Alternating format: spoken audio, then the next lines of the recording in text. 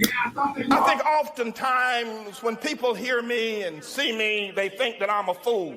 They think that somehow or another I've lost my mind, that I'm not down with the in crowd.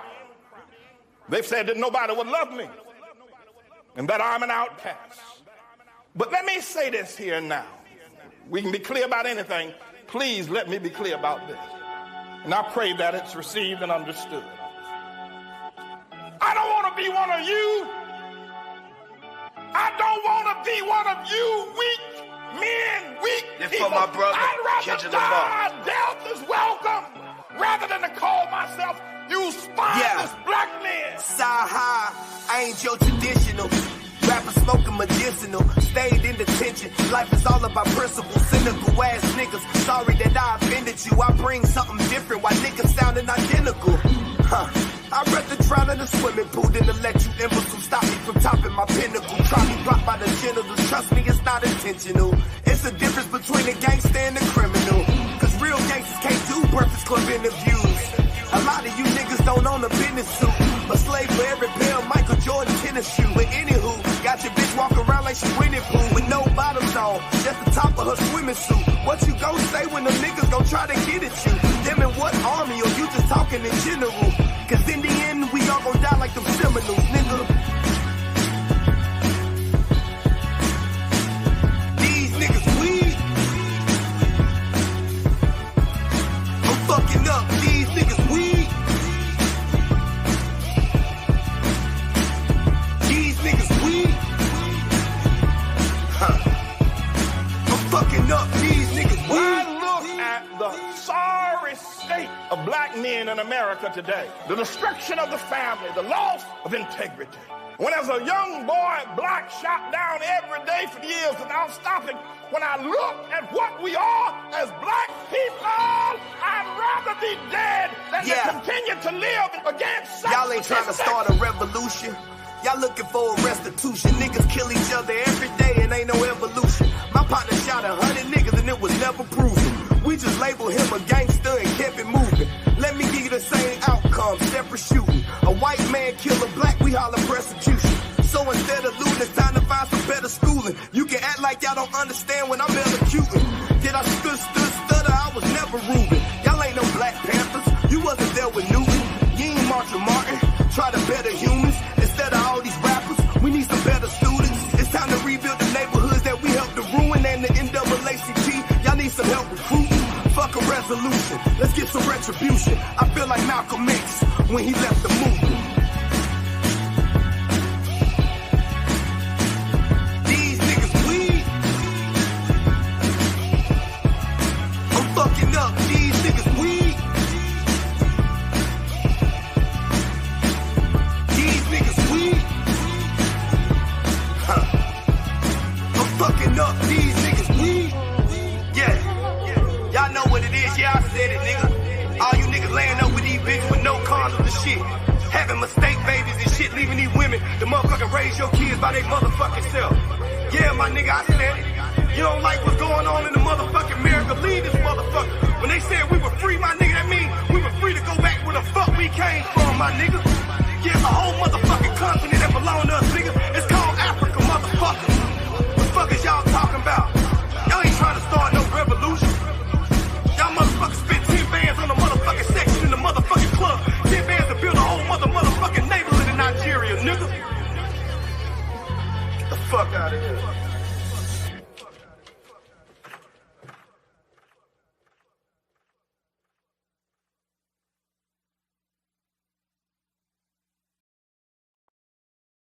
Peace to everybody tapped in today, man. Happy Memorial Day to all the veterans out there, including, those of you who have served. I have Brother Panther on the panel who has also served. So happy Memorial Day to you.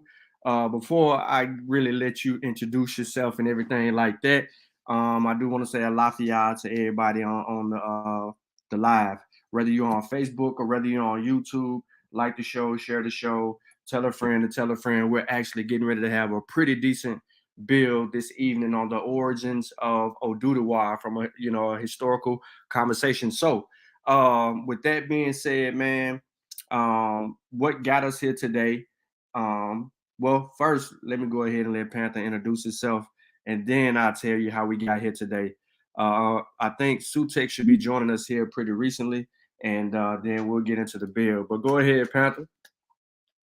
Lafayette Mandela, baby Fahudie, health, power, and African liberation to everyone that is tuned in. Always good to be on Kofi Pasa Research Team channel.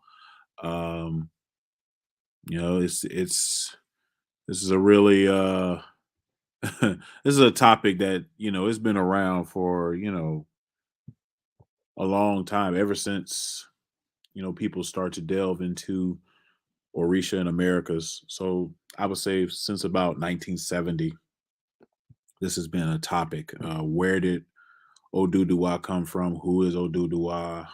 Things of that nature. A lot has been wrote about it. Most of it is not that accurate. But it's not a mystery. It's not a mystery where he comes from. It's not a mystery who he is. It's not a mystery of the history that surrounds him. It's just people that are looking for their own bias in Yoruba history that try to attach what they currently engage in to Yoruba people instead of what the Yoruba people wrote themselves. So we'll get into that topic, man. Should be interesting. Thanks. So what brings us here today is Brother Sutek was actually on Facebook, of course, of all places where, social media allows people to create narratives and spin them in which way they would like in favor of what they're pitching to people. I actually ended up tagging Brother Ben. There were some things that were talked about in the post, and then it changed and went into a different direction. And as we all know, when people tend to do that, there's an agenda behind that. But what we want to do today is we want to extract not only the origins of Oduduwa, but we also want to show you where some of this energy is coming from and who are the people that are behind some of the misconceptions of the origins of Oduduwa. And I think it's very interesting that we lead you to not only additional information, but expound on, and it's a pleasure always to have Panther here because it gives us another element of credence in not only what we're already studying, but the validity of where he is in his studies and things of that nature, being a practitioner and so on and so forth. So, man, I hope y'all got y'all pen, y'all pads, ready. In the description of the video, I put some research questions in here. And these are some of the things that we're going to actually answer, here. And I'm going to go ahead and let me try to pull this up real quick on my phone so I can see it. And see, we got Brother Kofi in the chat. Okay, this thing ain't too long, so let me try to get it for y'all a different way. But what we're going to set out to do is answer 3 questions in particular. One of the questions everybody should know. Ben, I see you laughed at that.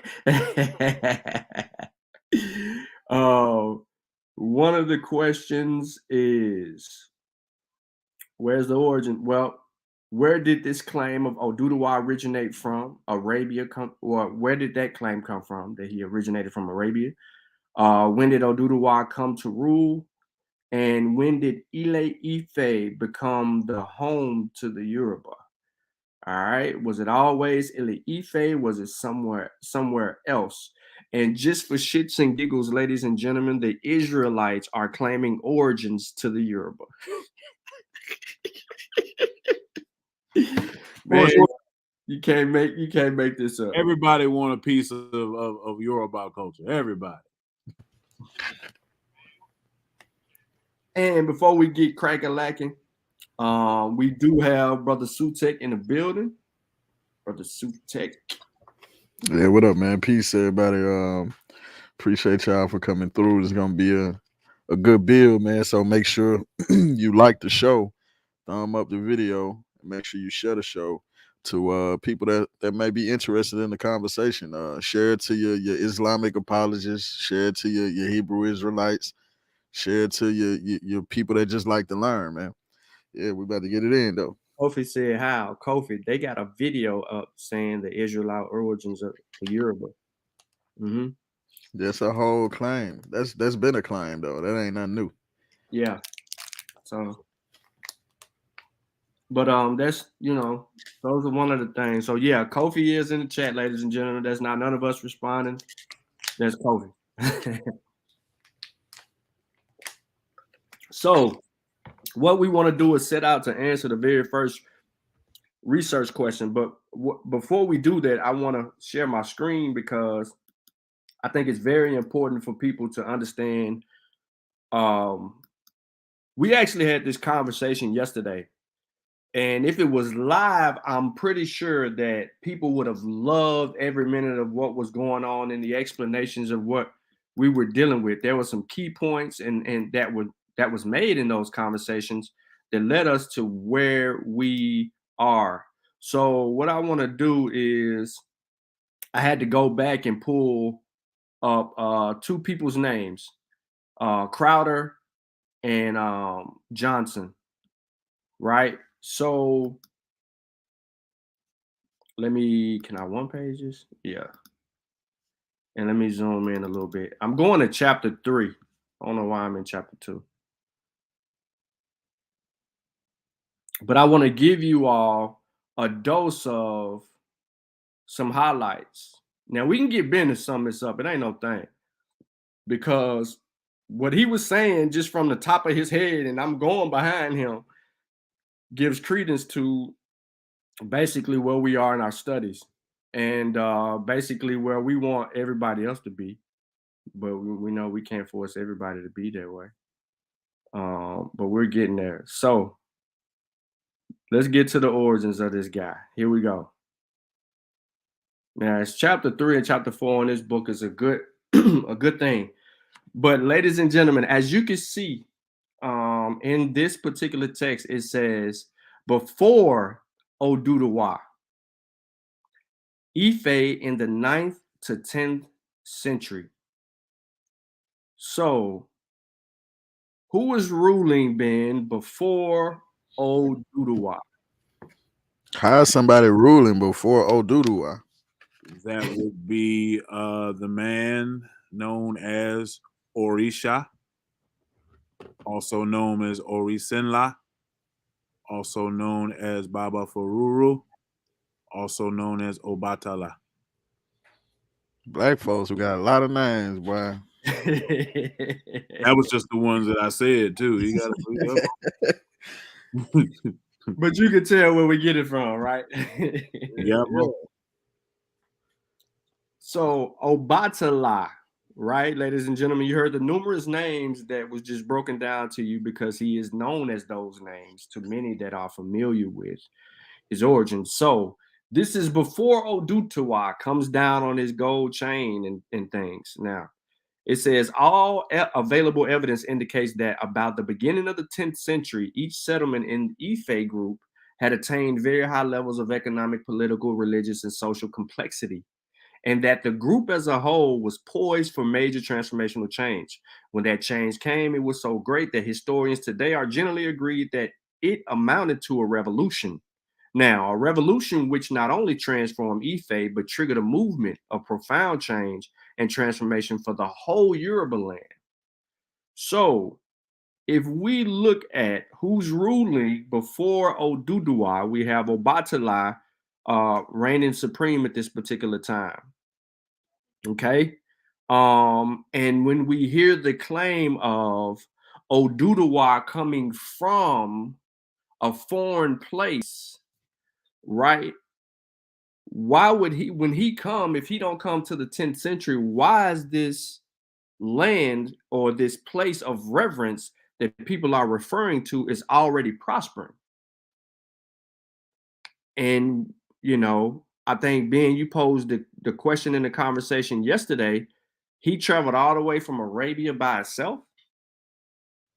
No family, no loyal subjects, no royal subjects, Nobody, he didn't even have a Quran in his hand. Like, this is what y'all want me to believe? Facts. And a man from what we now call Saudi Arabia, which holds Mecca, the holy city of Muslims everywhere, traveled all that way with nothing. Because to this day, we have found nothing from that period that would suggest this story to be true from a paleological or archaeological standpoint. We have nothing. So you're telling me he either left Islam behind, or there has to be more to that story, because he didn't institute Islam. So what did he do? What did he do with it? And what would make you think that he was a Muslim? What proof would you have that he was a Muslim? Because we don't have any record of that. We don't have any findings of that. What would he if he was a Muslim, he would at least bring his literature. We don't have that. Great point. So you bring up literature, which makes me want to pause for just a second and go in a different direction here with the literature. So I want to put this on the screen for people. You can see it. Should be able to see it. Yeah. I want to go somewhere real quick with this. I think it's the next page. Did I miss my page? But in this particular book, which is called the Yoruba, the early history of Yoruba, we have a source which takes us back to 2500 BCE for the language being in this particular area. Right, Ben? Indeed. Okay. Now, if you can see on my screen, ladies and gentlemen, I'm going to highlight it for you. And see if this yellow works. There you go. The Proto-Yoruba was one of the language communities that developed from the Proto-Benue expansion between circa CA 4000 and 2500 BC. The Naj-Benue confluence had the most substantial diversity of these languages. You know what's funny about that period right there? If you take 4000 to 2500 BC, we're talking about, as they say, Proto-Yoruboid. So Proto-Yoruboid is what civilization? It's the Nook. Yeah. I about to say the Nook coast on it. Mm-hmm. So they don't even have the word Yoruba yet. And they already have formed civilization and you know, basically their kingdom. They already have a ruler. So when people go to Yoruba history, they usually start at when people started identifying them as Yoruba. But this source right here should tell you, you got to go back to the Nok culture before you start talking about them and include them in that evolution of Yoruba culture, much like they do with Kemet when they start with Narmer. Nah, you got to go back before Narmer. Same thing in Yoruba culture. All right. So because you brought that out, I wanted to throw that up real quick on the screen for everybody to actually be able to pay attention to and follow along with us. I know it's a sore site. So to expound on just a little bit of reference toward Ife as an example. There's evidence that there was locations in Ife where roads stretched and existed, not literally like paved roads as you would see where you're from, but places of travel or routes where you could get from point A to point B in different parts of places. So What you see on the screen is, right, according to, well, first, let me start from the beginning. Although we can definitely say, therefore, is by the 10th century, there were many settlements dotting the area of the Ife Bowl, quote unquote, and an area with a diameter of about 20 kilometers, 12.5 miles. Isolo Olomolo, I probably messed that up, has made efforts to identify the locations of the better known of the settlements. According to his findings, how I say this, Ben, Iloro Mu, It's Iloromu. Iloromu, okay, lay along a stretch of today's Ife Ilese, I said it right, Ilesa Road. It's probably a dot under that S, but they didn't put the accent marks. But that's a city. Well, that's a town, an ancient town that formed off of war. Mm. And then this one is Ideta. Idete. No, he was right the first time. Ideta, okay. Remembered as the largest of the settlements, lay along today's road to Mokoro. And then Odin lay along the modern road to Ife. Is that Wa or that a different? Wara. Ejegbu, Okeja, and E, because I know you're saying that the eyes are like E's almost or whatever.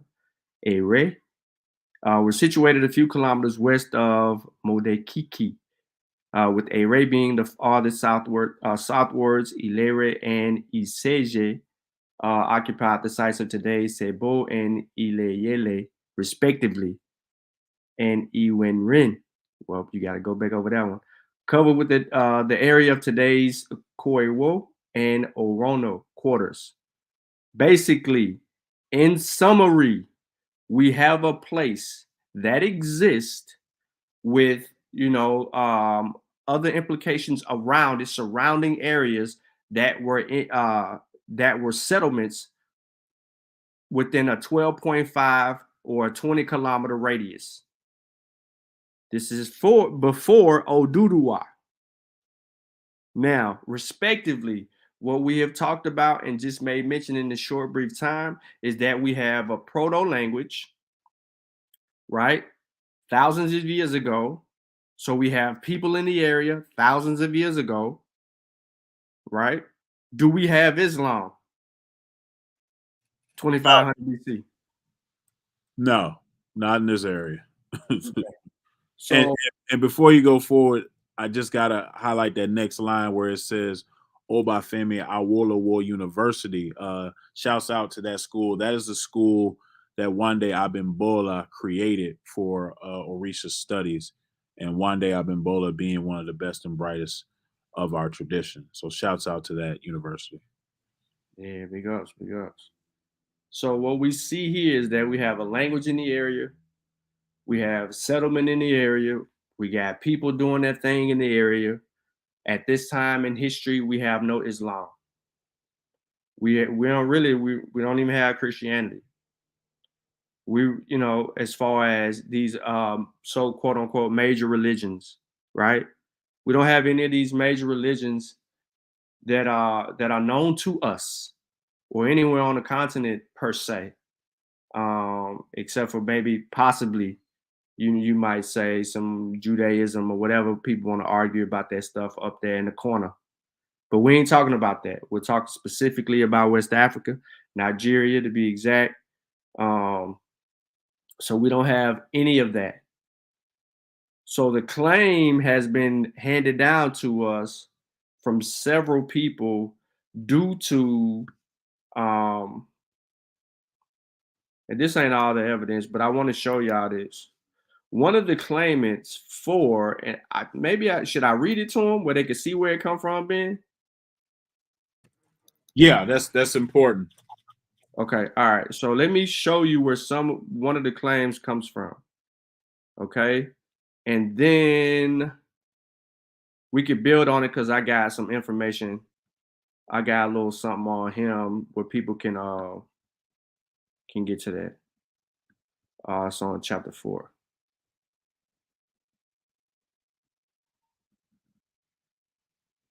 Oduduwa, see now Oduduwa's name is mentioned, and we're coming into chapter 4. Yep. All right, so now the revolution, 10th to 11th century. Now I want to go ahead and I'm just gonna read a little bit to y'all, and then we'll build on that. Now, in about the late 10th century, the storm that had slowly gathered over the political life of Ife burst. The result, according to all versions of large wealth of Ife traditions, was a long period of conflict and turmoil ended in a new political order. Of the human actors in this revolution, the greatest, according to all traditions, was Oduduwa. So monumental was the role of this man that probably even from as early as his own lifetime, popular traditions and legends elevated him to an awesome pedestal of father of the Yoruba race and founder of the monarchical system, which thenceforth became their typical system of government. His successor deified him, and subsequent generations transposed him all the way back to the very beginning of creation and crowned him as the first human to walk the earth, the progenitor of the Yoruba race. Now, in much of the effort during the 20th century to study this revolutionary era in Yoruba history, the general direction was to look for Oduduwa's root in some distant foreign land outside of Africa, and to bring him as a conquering foreigner prince to Ife. That direction was initiated by the Reverend Samuel Johnson in his famous The History of the Yorubas, which was written in the final years of the 19th century and first published in 1921. So according to Samuel Johnson, Oduduwa was the leader of the group which left Arabia in the Middle East as a result of clashes between Islam and the traditional polytheistic religion of the place, and which finally found its way to Yoruba land and established itself over Ife. Until deep into the 20th century, some of the best minds available to us, historical scholarship, took up Johnson's lead and followed it. And therefore, it is important that we briefly examine the roots Johnson's ideas concerning early Yoruba history. So here we have it. Johnson, the son of a Yoruba immigrants, liberating slaves returning home from Sierra Leone in the 19th century. Johnson was educated for the service of the church. After elementary education, the CMS Mission School of Ibadan. He was sent for secondary education to the CMS training institution of Abeokuta, where he studied from the age of 16 until he graduated at 20. He returned to teach in Ibadan until 1882. He was a peacemaker to end wars among the Yoruba states. And in the last 2 decades of the 19th century, we get his book, The History of the Yorubas. And ladies and gentlemen, this is the root of the claim. So wait a minute. He's saying that Oduduwa was part of one of the polytheistic groups that ran up out of Mecca. So they wouldn't be Muslims, right? Make it make sense. Which one is it? Which one is it? Because you have people like, Wesley Muhammad and others that will say that Oduduwa was a Muslim, exiled Muslim king that came to Yoruba land. Well, according to the original claim that Sean just read, he would have been one of the people that was not Islamic and was escaping Islam. So which one is it? This is what happened when people don't read claims and they just interject their biasness to try to get a piece of the Yoruba culture. What's interesting about Samuel Johnson is he is great friends with Samuel Ajayi Crowther. And for people that don't know that name and don't know who that is the person that translated the Bible into Yoruba so the people can read it. But Samuel Ajayi Crowther did a great disservice to the culture by translating it that still has ripple effects to this day. Because out of all the Orisha, he could have picked, he translated Satan as Eshu. And to this day, they have a whole campaign against Eshu being Satan. Mm-hmm. But he didn't do that with any other Orisha. He didn't make Jesus Obatala. He didn't make God Olodumare. He didn't do any. He only picked that one for whatever reason. So what you have here is two guys that have been converted to Christianity because of their life experiences, and have both taken shots at their culture that they, that their family grew up in.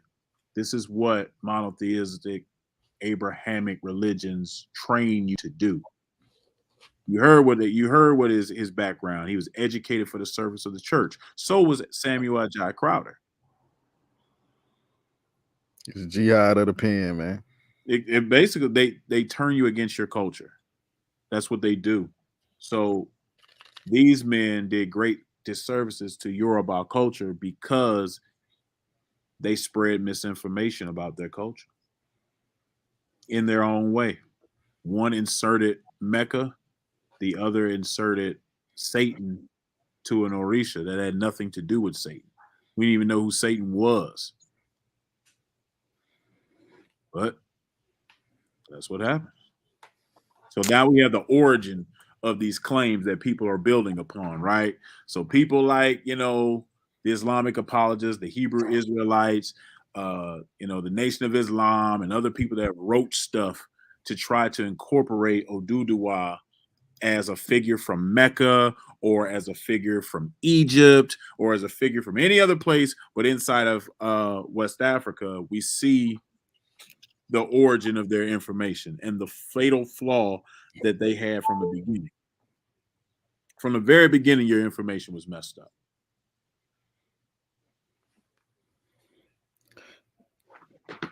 So let's get into that. My bad. Go ahead, Sadiq.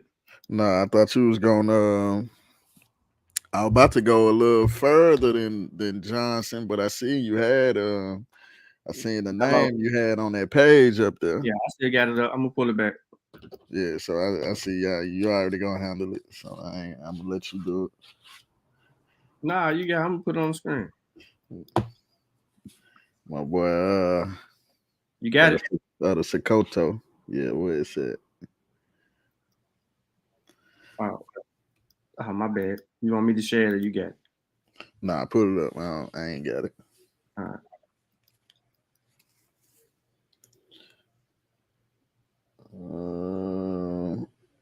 Where was he at? It's at the bottom. I've zoomed in too much. So it's right here. Let me get it. In particular, with Islam came to knowledge of Western Sudanese myths and legends through the writings of Muslims of the Western Sudan, including Hassalan, especially some of the writings of Sultan Bello of Sokoto, which contains some Sudanese myths about Yoruba origins. Above all, the 19th century was, in Europe, the golden age of the study of the history and civilization of ancient Egypt. The ancient Egyptian writings had just been deciphered, and the expanded knowledge of the wanderers of ancient Egypt was creating great excitement in the world of scholarship.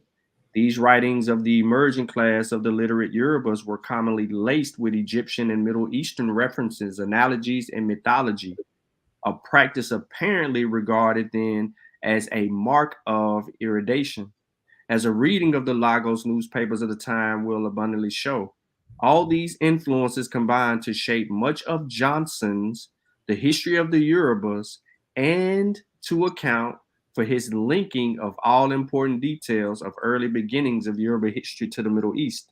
Thus, Oduduwa became a personage from the Middle East, and Orumiyan's migration northwards to the Niger country became a journey with the Middle East as intended destination. Indeed, the influence of Middle Eastern mythology pervades most of Johnson's early history chapters, all the way from his preface. In contrast, his accounts of the history of Oyo Empire were assembled from oral evidence that he collected in the places like Oyo and Ibadan, where memories of the disintegration of the empire were still quite fresh, while his accounts of late 19th century Yoruba history were products of his own eyewitness observations of many other elements. Go ahead about Muhammad Bello. Yeah, I was just saying, man, that was around the same time as Johnson, I think a little bit earlier. And it wasn't saying, I thought it was gonna talk about it in the article, but basically Bello says that the Yoruba, he made the claim that the Yoruba come from Canaan. So we see that same claim of the Yoruba people supposedly coming from somewhere in the quote unquote Middle East or the Southwest Asia from a Fulani of the Sokoto Caliphate. Now it makes a little bit more sense because we see the agenda that he has, the biasness. Okay, you're a Muslim in the Sokoto Caliphate, which is a part of or causing a huge jihad in West Africa. So I can understand why you want to say that this group of people come from an Asiatic or Arabic or Islamic area. It would make sense. That's all. Political and converts, man, trying to insert their biases into Yoruba culture. And you said a key name, Sean, and you probably didn't even realize that you said it. You said the name Oramian. Mm-hmm. Oramian is an Orisha. Some would say he's the Orisha of giants, or strong, like statured, big warriors, to say the least. But Oramian is Oduduwa. I'm sorry. Is Oramian is a son of Oduduwa. So now they're trying to backtrack. They've linked Oduduwa to the Middle East, so you have to link his son to the Middle East because it wouldn't make sense, right? But that's not what the Yoruba say about Oramian. So, without further ado, let me get busy here for a second, man. These guys here, Jesus Christ! All right, so I want everybody to look at my screen here. Can everyone see my screen? Yeah, you good. Okay, so what you're looking at is the Oni of Ile Ife. He is the ruler of Ile Ife. He is like the king of Ile Ife. So notice his regalia. Notice the red beads around his neck, around his wrist, the long beads that run down. Now, the Oni is said to be a living descendant of Oduduwa.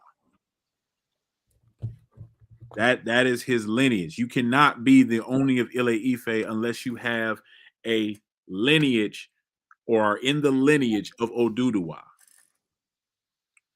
Now let's look at the current ruler of a neighboring city.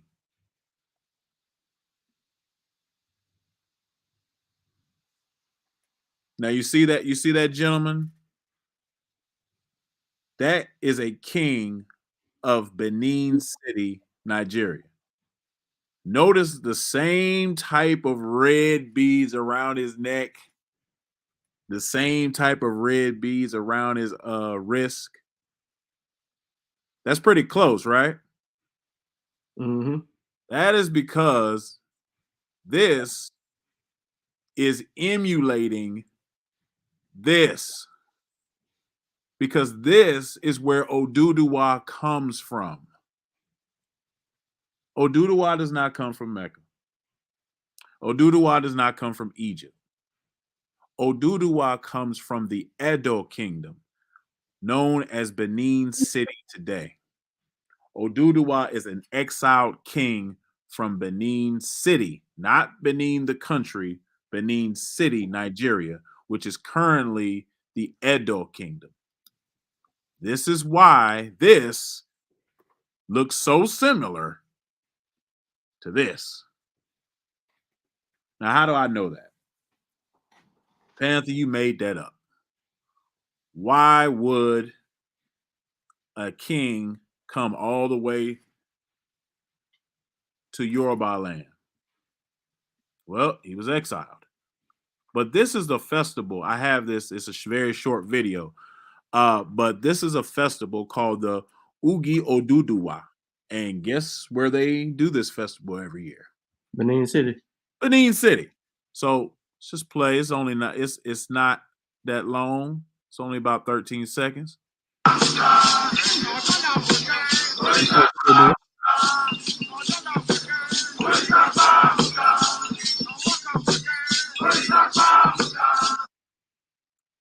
We ain't see it. Oh, hold on. I forgot the new update. You gotta put it directly on. Well, mine fixed now. Oh, for real? Yours fixed? Yeah, man. I went to the little folder and at the thing and hit in the share folder file and clicked 2 buttons, and then that solved that. Let me do this. You see it now? Yes, sir. All right, let me play that.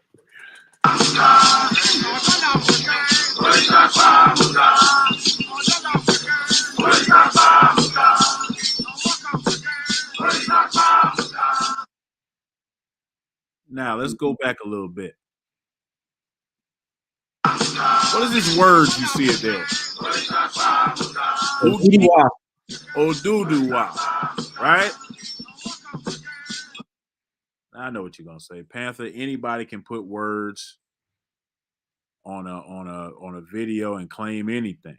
Yeah, that's true. That is true. You would be correct. That's why I went to go see what the hell is Ugi Oduduwa. And this is what I found. Can you see the article?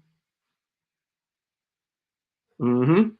So, the Oba of Benin, Oba Ewuare II, on Tuesday concluded his first public performance of same words, Ugi Oduduwa, a ceremony at the sacred Uja Ehin Buddha access of the palace ground of in Benin. The climax of the outdoor spiritual ceremony was when the Oba was joined by the 7 masqueraders in their stylish dance steps. We just seen those 7 masqueraders, right? As the Ogbelaka royal drummers rendered the spiritual incantations. The outdoor ceremony, which attracted many, especially the youth, started on May 4th. The Oba's acting chief press secretary, Mr. Victor Ogi Muwanre, noted that the ceremony is a commemoration of the return of who? Oranian, the son of who? Oduduwa. To his ancestral land of Benin. So we ain't got to depend on nobody to tell us or to try to insert their foreign religion into what's going on. Them people already know what happened.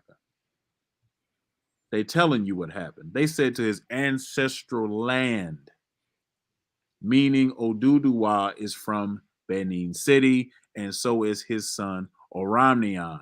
Now, what's interesting about Oramnian is Oramnian goes on to be the first king of Oyo. He's the first Alafin of Oyo. That's how important he is. And then later in that lineage, Shango comes around. So, we already know where these people come from. We have the festival. See, this isn't Kemet when you got to go transliterate and translate things and go and see what they said. No, we don't have to do any of that. The festivals still go on. They still reenact this. They still tell you where they come from. Oduduwa is an exiled king from the Edo kingdom, and they still enact that today. Now, I want to give you some resources because I don't ever want you just to believe me. Resource number 1. The Yoruba, New History by a good brother, Akinwumi Ogundiran. Thick book, but it's worth it. Talks about that. The description of the video, too.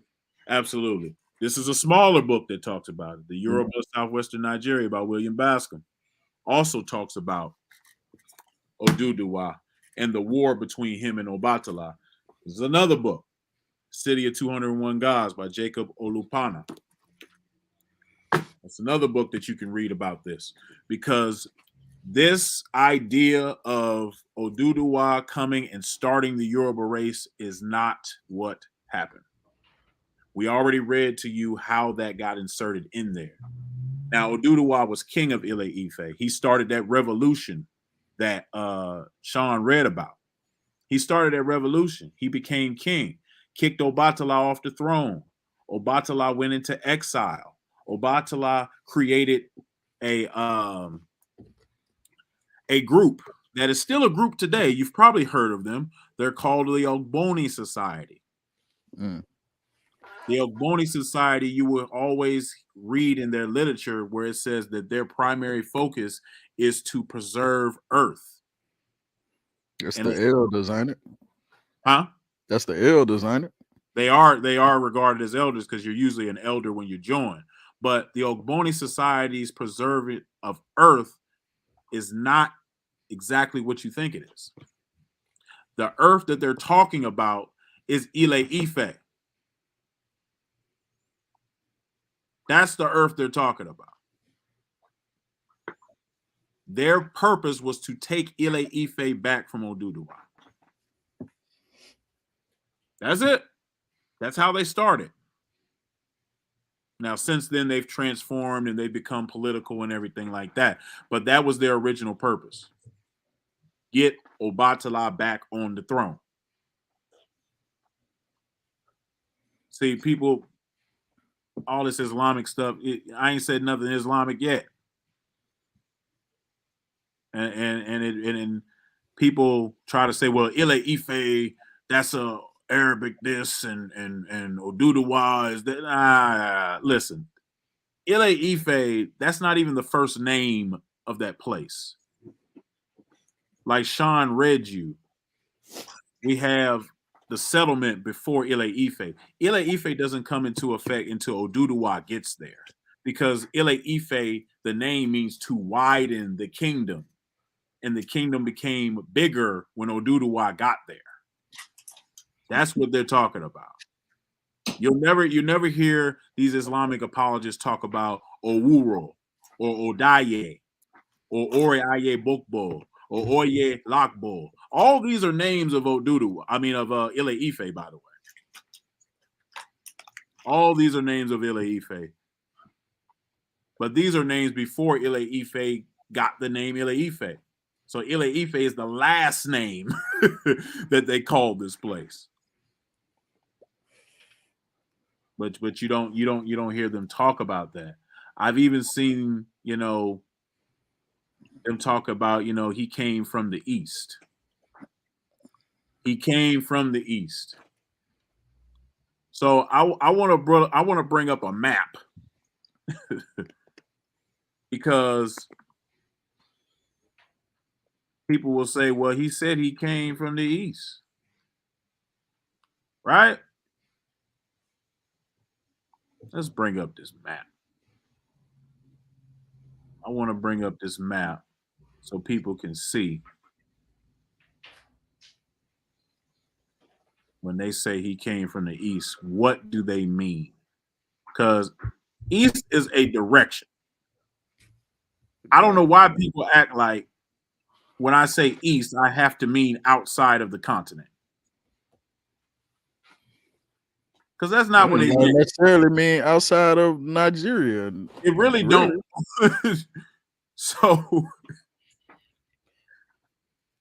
let's do this. Can y'all see my screen? Is it pulling up? Yes, sir. All right. So we are now looking at Nigeria. So you see Nigeria, you see all these places, you see this, that, and the third, right?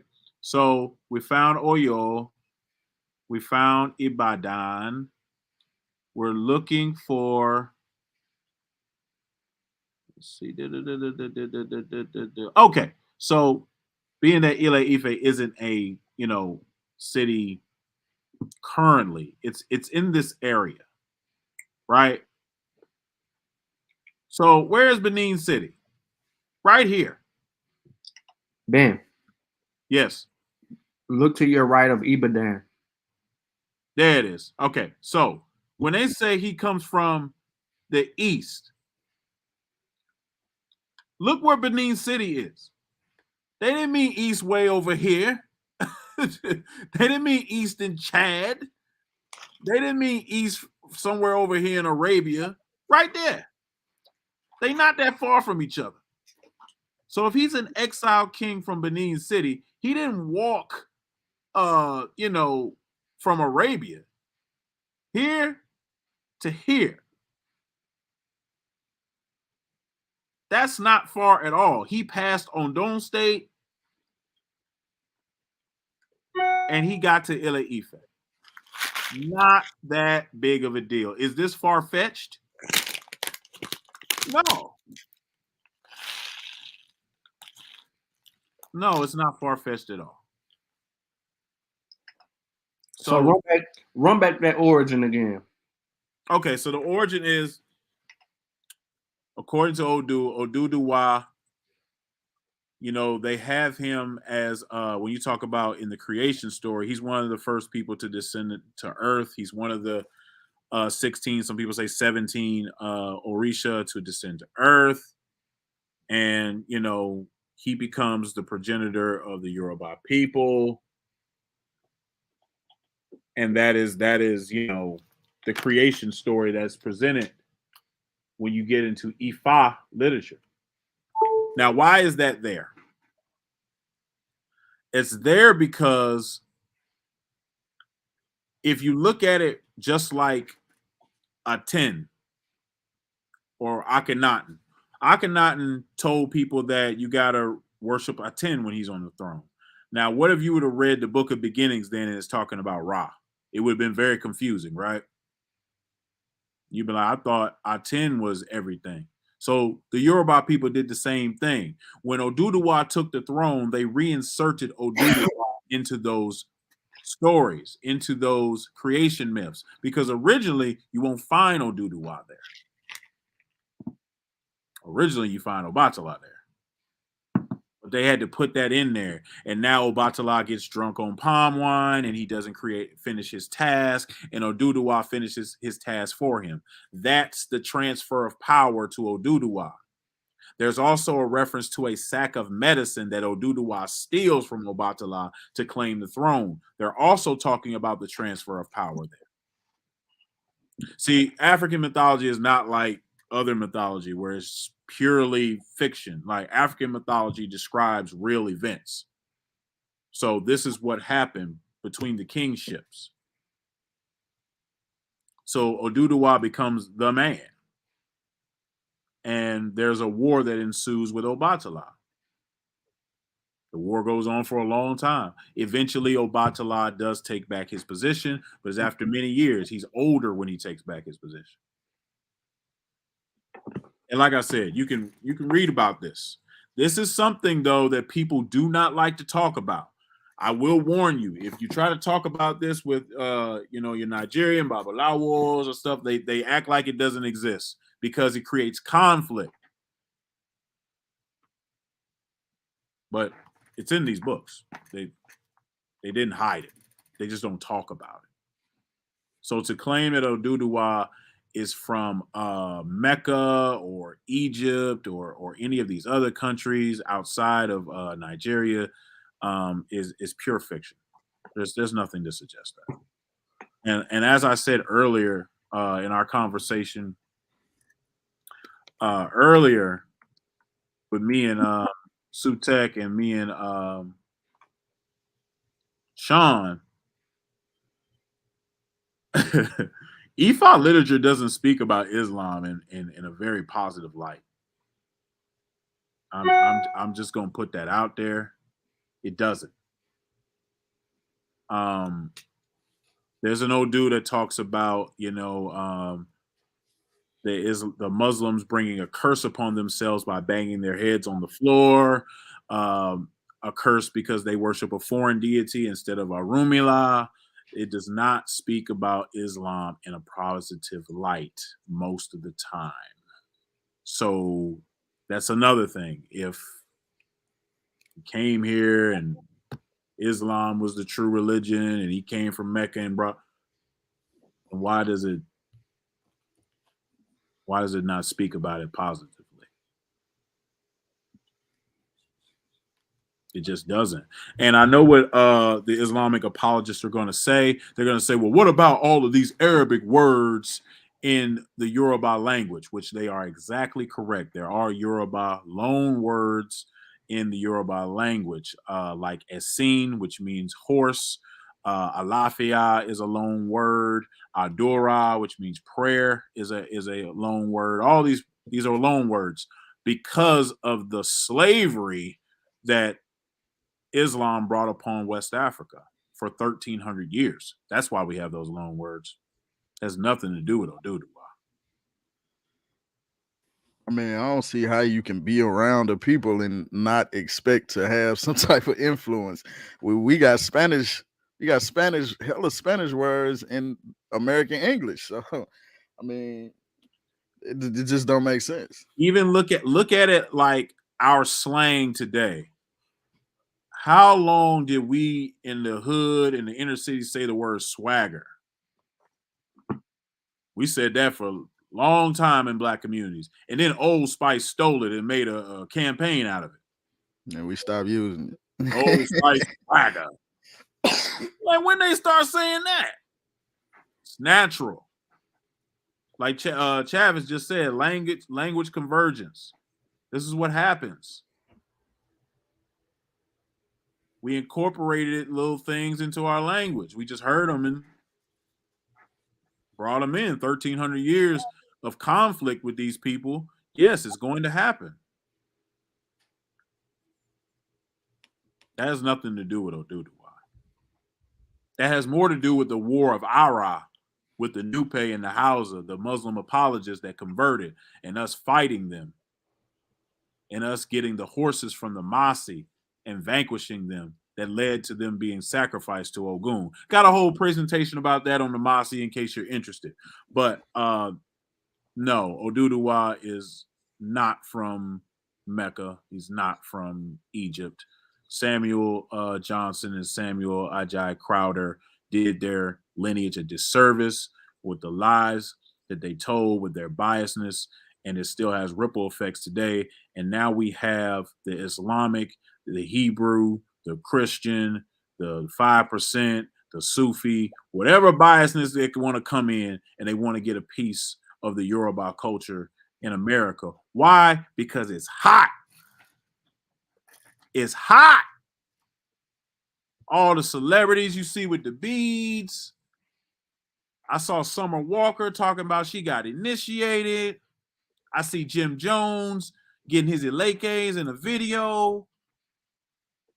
Gunplay talking about he avoided a murder charge. Savage, 21 Savage. 21 Savage. I mean, it's hot. Killer Mike. I can go on. Kaya. My neck, my back. Kaya into it too. I've seen these people in Atlanta. I see them. It's hot. So since it's hot, people want some of that money. But you can't get none of that money preaching Muhammad. You can't get none of that money preaching Yahweh. You can't get none of that money with Yeshua. So what do?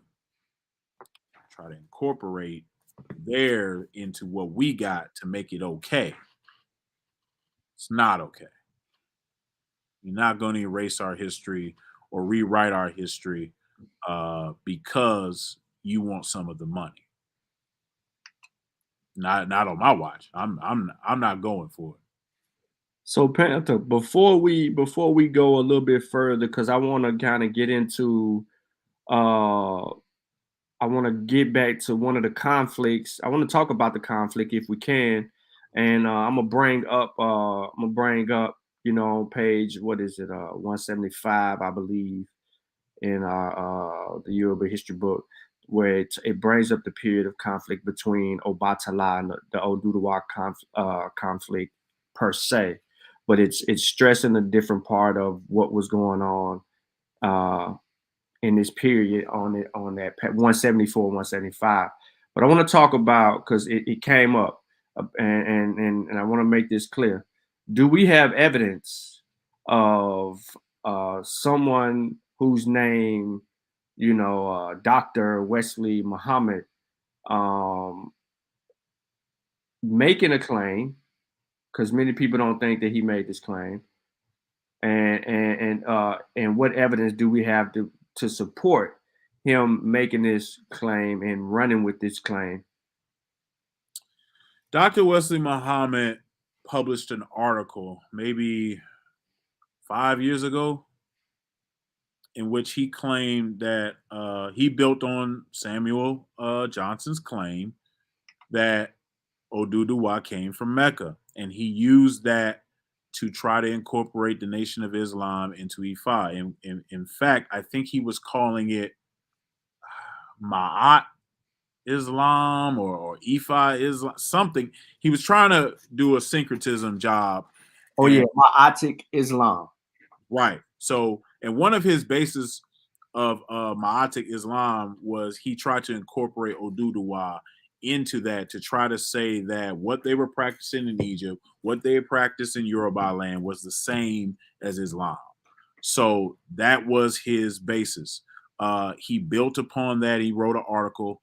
Like I said, it was probably about 5 years ago, and tried to say that Oduduwa came from Mecca. Now, I will say he said that Oduduwa was a black Arab from Mecca, and that he, you know, started the Yoruba race in Ile-Ife. That was his claim. Totally baseless, totally unstudied, but that's what I expect from him. As you can ask Asari Motep and Wujawu about him cropping out pictures in Egypt, removing the Ses Medunetra so we couldn't translate them. So we had to depend on what he said about the pictures. That's just the type of researcher he is. But we have to understand the biasness when it comes to this. And, you know, since you brought that up, Sean, let me bring up this right quick, because people are going to say I made this up. So this is what Wesley Muhammad said. Can you see that right there? Yes, sir. Yep. So this is our good brother Asar Imhotep's presentation. So in 2011, at Savior's Day, at 6 minutes and 14 seconds, Wesley Muhammad said, "Our own children are being kidnapped by ideologies other than Islam, gangs, Afrocentricity, or the so-called hip-hop culture, so-called culture of hip-hop. We're losing our children to all these ideologies." Our children. So look at the verbiage here. He said being kidnapped. So someone is running up on your children and grabbing them and saying Afrocentricity. Listen to hip hop. We got compared to gangs. That's the exact same thing I said last night. How can you compare the three, bro? And hip hop that degrades people, you know, and calling them the B words and all that stuff and the N word. That's what we got compared to. Ideology that are not Islam. So if it looks like a duck, sounds like a duck, quacks like a duck, the jealous God narrative is still there, whether it's Islam or Christianity. If you got something other than Islam, you are the enemy. You are an infidel. It's what it is. So being that we are not Islamic, we're not Muslims. We worship Orisha. We worship our ancestral system from Yoruba land. They trying to get in there. He just told you. He said ideologies that are other than Islam. And the best way that they could get in there is him trying to unite the two. That was the basis of his article. He is building on Samuel Johnson. He is building on Samuel Ajay Crowder. And now they have children that do the same thing. Google Translate just stopped translating Eshu as Satan this year.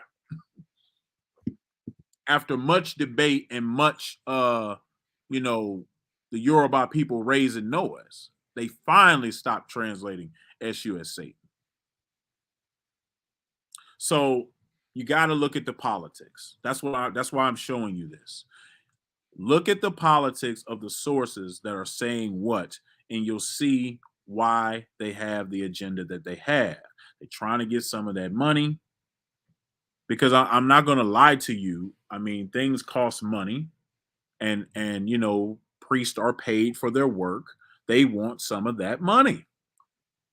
They see that it's hot. They want some of it.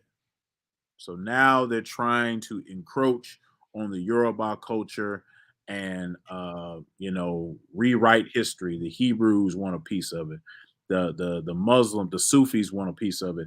The Nation of Islam want a piece of it, and so on and so forth. But it's not there. They know it's not there.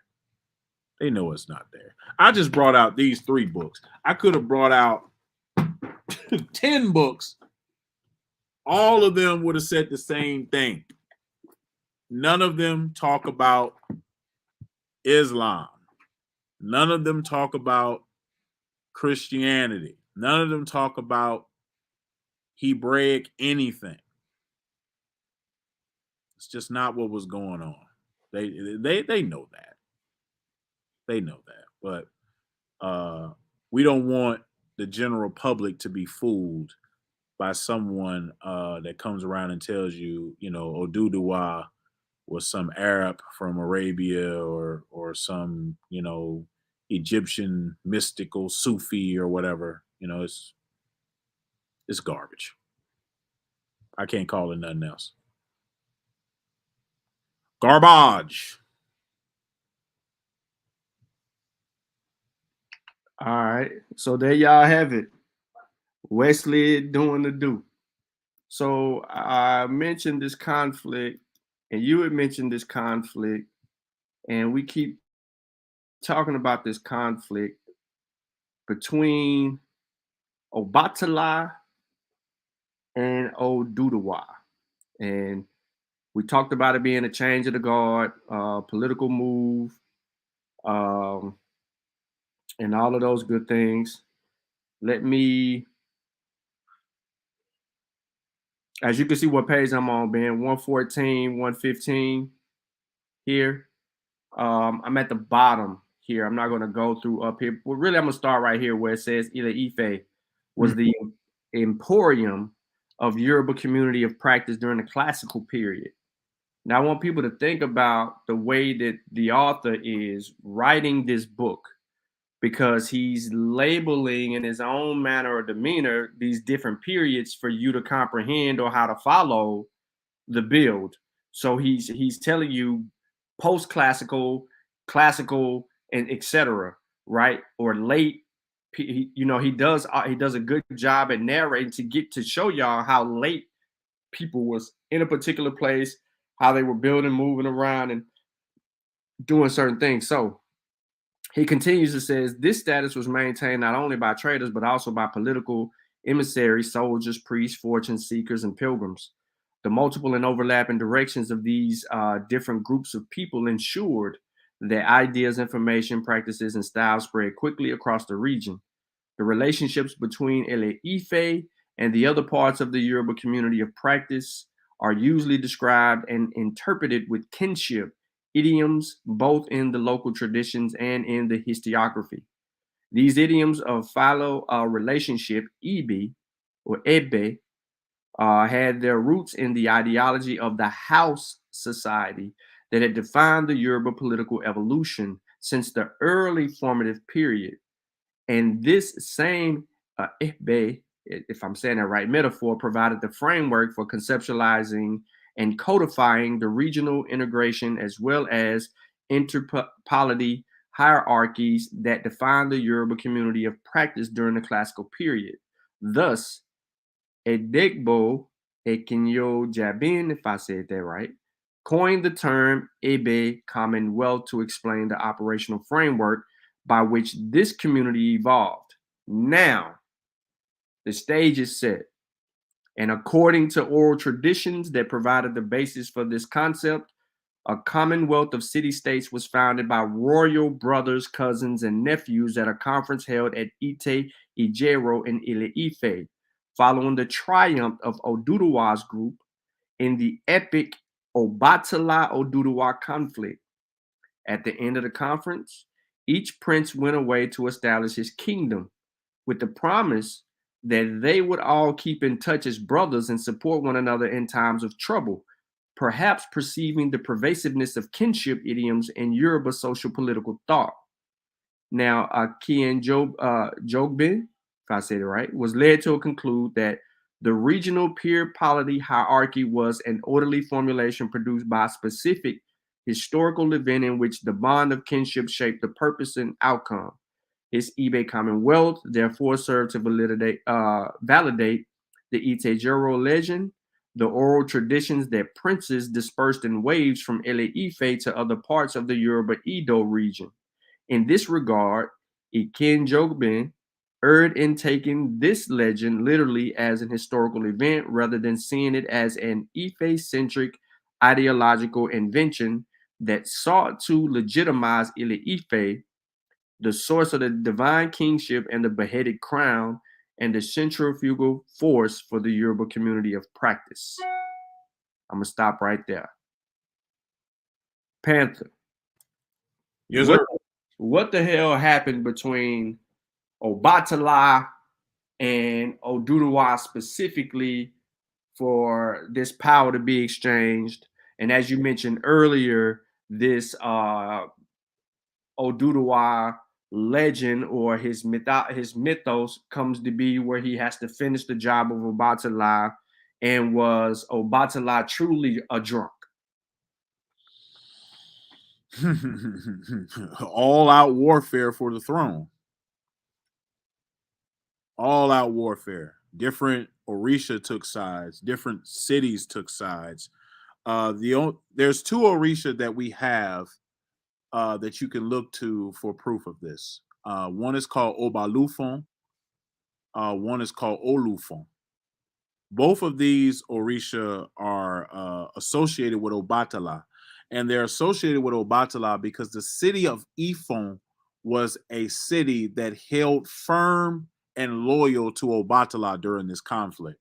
So Obatala, fighting this war against Oduduwa, plagues were sent, juju was thrown, people took up arms, the whole shebang-a-bang.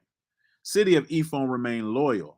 In fact, they had an oriki for their town. For people that don't know what oriki is, it's praise poetry. They had praise poetry for their town that praised Obatala as their king and not Oduduwa. During this period, Ile Ife became self-sufficient because they started to produce the coral beads and the red coral beads and the blue coral beads called Iyun and Shegi. These beads became like the gold standard of kingship and power and wealth. So you weren't considered really a king unless you had these beads from Ile Ife, right? These beads was the beads that legitimized you. The Iyun beads are the red coral beads. The Shigi beads are the blue coral beads. So being that they did that, the city of Ifon said, we will not wear these red or blue beads to legitimize our kingship. We're not going to do it. And those that wear those, we consider those people unclean. That's how much of a beef it was. They wasn't going for it. They wasn't going for the new takeover. And the city of Ifon was like that up until their second king. Their second king, Obalufon II, actually made peace with Oduduwa. And it started to change. But yeah, it was gang. It was, I want the throne back. You're not even a native Yoruba man. You know, I'm going to create a group to go at you. We going to take up arms. Everything was on the line. Some Orisha went with Oduduwa. Some Orisha went with Obatala. I mean, all out warfare. Eventually, you know, it smoothed out and Obatala took his rightful place. But that was after, you know, the damage had been done. The whole thing about Obatala being a drunk came about of Oduduwa taking power. And as the story goes, Obatala gets drunk off of palm wine, does not finish his task given to him by Olodumare, and Oduduwa finishes his task. Before that, the narrative was Obatala finishes his task from Olodumare and becomes king of Orisha. That was scrapped for Oduduwa's power. So it got very political. This is the historical narrative of what people see in Odu. And you have to know why you see certain Odu at certain times. Why they were created, why you see certain things in certain regions. That war had many implications upon Yoruba Ile Ife life, you know, in general. So many things came out of just the war between those two. You know, when you read Ile Ife history, they talk about, you know, Oramfe, which is another Orisha that's kind of like Shango, but he's an Ile Ife deity, had to come down and basically break them up at Olodumare's request. So that is signaling that it had to be a great power that happened to, you know, stop this. This went on for a long time. And a lot of people took sides. So these are the type of things that you have to read about before you make claims about who came from where and what, because you have to know the history of the kingdom and these people before you make these claims. When they talk about that Ebi Commonwealth, when they talk about that family commonwealth that they created, they're now starting to go into that Ile Ilu kingdom concept where the divine kingship started to come into play. And when that comes into play, the king is no longer just a ruler. He becomes an extension of the deity. Actually, Ogun Bola is the opposite. Ogun was with Oduduwa. But that's for another day. Who chose what is for another day. But I will say it was a long, drawn-out battle. But the deities that you see associated with Obatala today and the towns that they are from are still Obatala towns because of the loyalty that they had towards Obatala. And just like that with Oduduwa too. I mean, his town, he had towns that were loyal as well. Sister Benita, it's mossywarriorclan@gmail.com. Okay, Panther. So, with that being said, let's move it up a little bit further because we get introduced to Orimian, and there's a legend that is tied to him, Oh man. right? So, on 115 of the book, right? Just for everybody to pay, you can see. I'm gonna highlight it in yellow. Right here in this little corner section, it says the Ite Ijero legend served the purpose of masking the expansionist policy that Ile Ife pursued through military and diplomatic strategies in reorganizing the regional political landscape and making it spin around the emporium's axis. It is, however, not the only tradition that was used as glue to bind the Yoruba community of practice together as a family. There is another legend that speaks to the creation of the EB fraternity via strategic political maneuvering.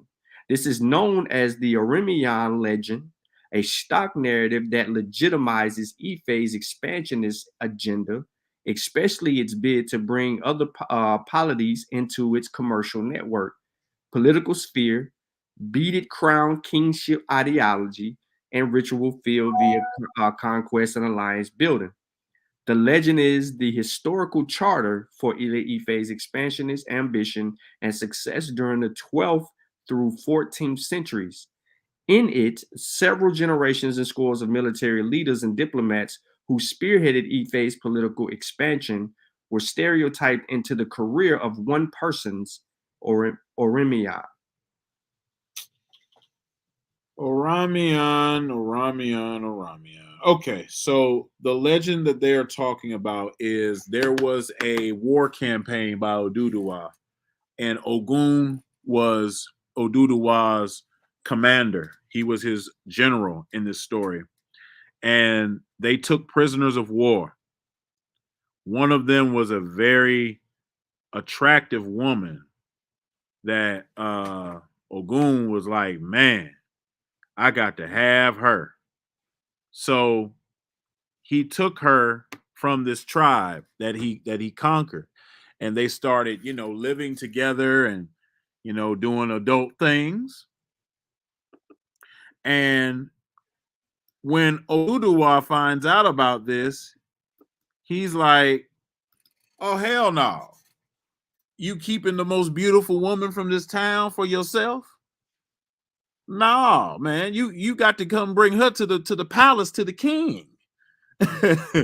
And Ogun was like, but my king, I've already did the do with this fine woman, like I'm not sure if if you wanna, I didn't already, laid my seed. Dude, I don't give a damn. You gonna she got to come to the palace. So Oduduwa takes this woman from Ogun. Come to find out, this woman is pregnant. She's pregnant. She's with child. And the window was so close, no one really knew who the child was of. Oduduwa claimed the child for himself. That child became Oramian. That child, according to legend, became strong, warrior-like, everything like that. And Oduduwa sent him out to expand the kingdom, and that is how he went to Oyo and became the first Alafin of Oyo, says the legend. This is a legend that was inserted, as your information said, because this was to solidify a treaty agreement between Oyo and Ile Ife. That's all it was about. A treaty agreement for the trade routes and for the coral beads that I mentioned earlier. It's not about anything spiritual, to be honest. This is to insert them into the story that has the most power, so that it can be a conclusive, succinct narrative. Oramian is really of Oyo. He's the first king of Oyo. But they linked him to Oduduwa for the power, for the political power in the succinct narrative.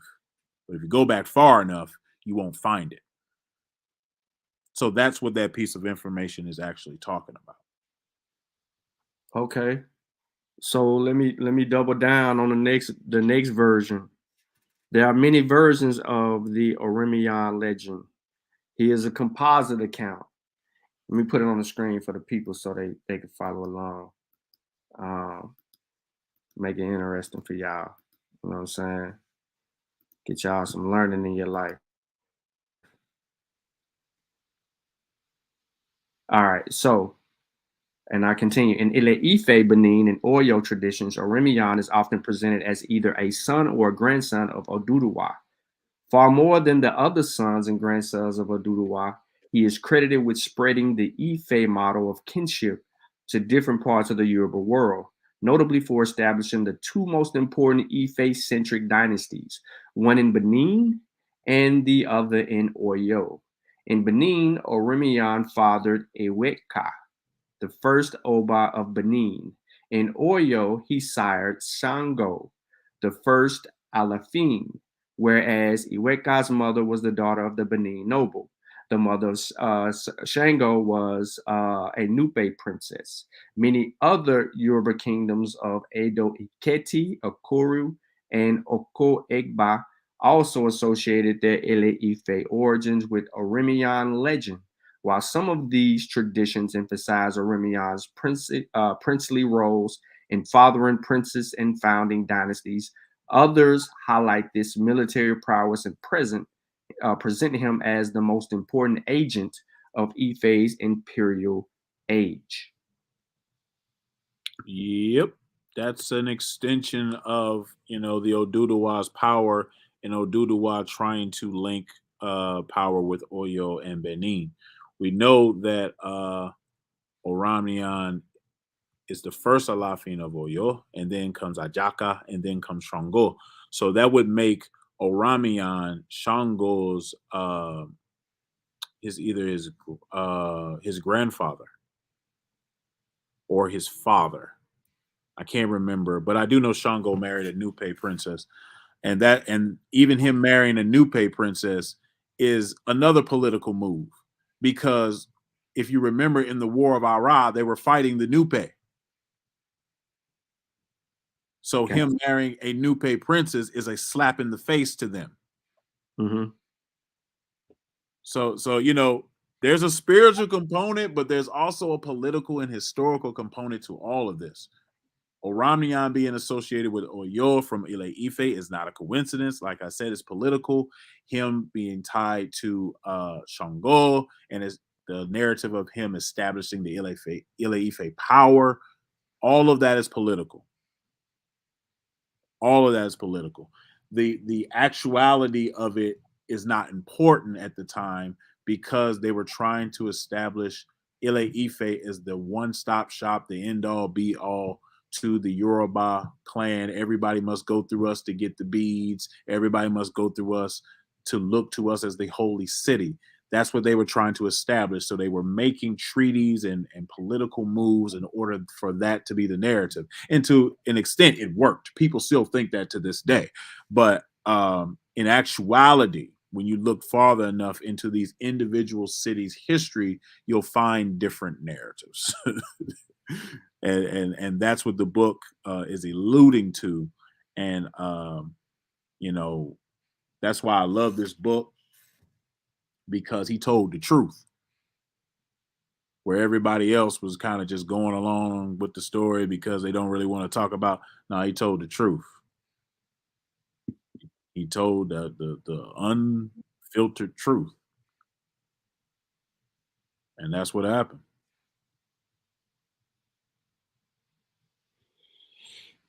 Gotcha. Now, in settling all of this for people who may have joined us late, we were dealing with 3 particular research questions regarding conversations that have been had via YouTube and other places.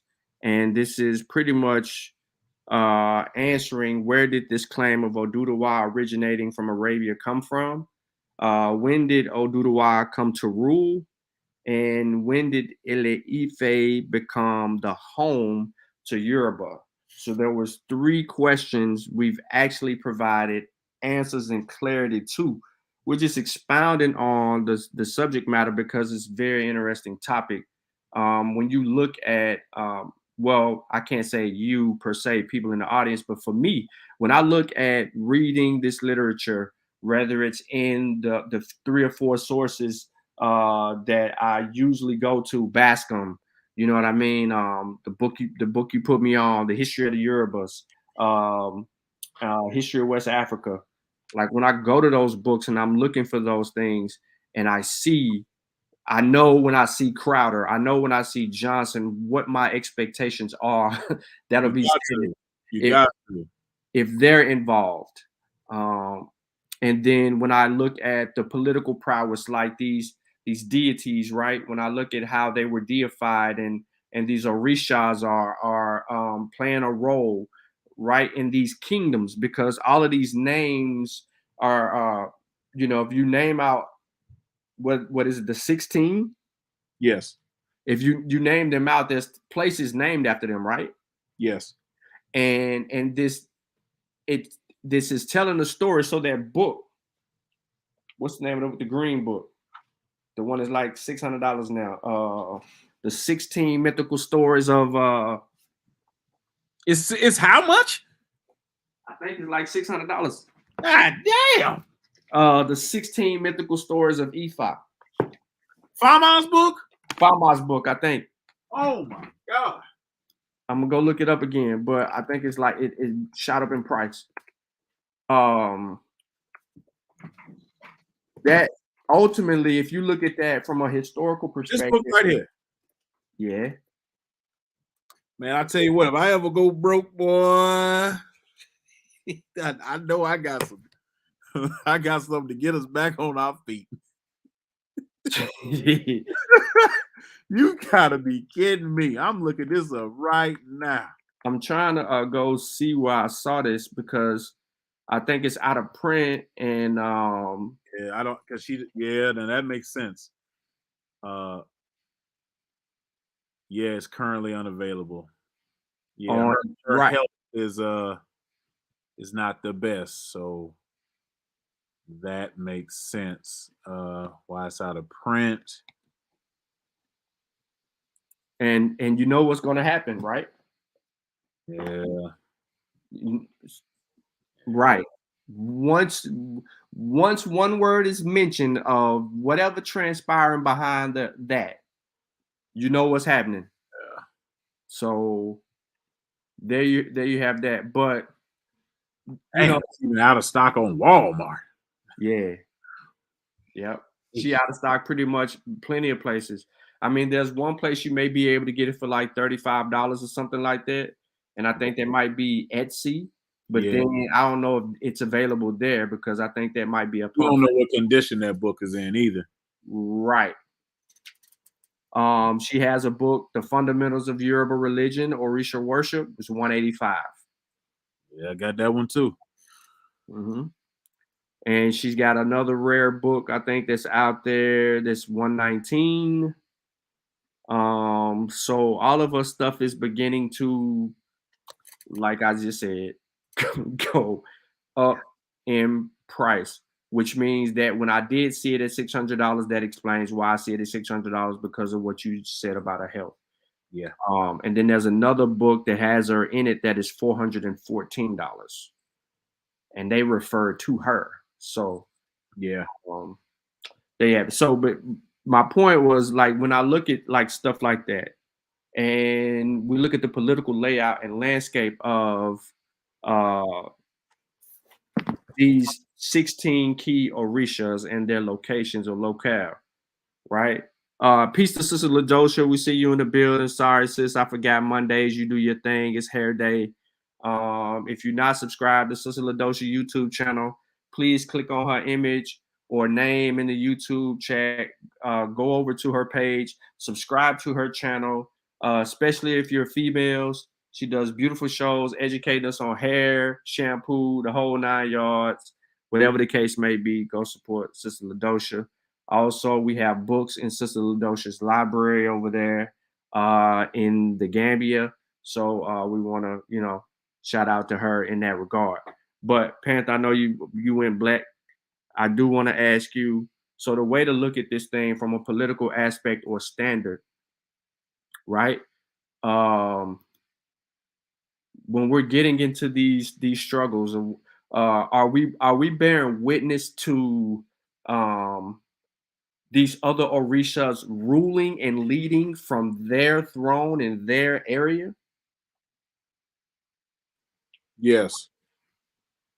And in some instances, we're witnessing their worshipers leading and ruling.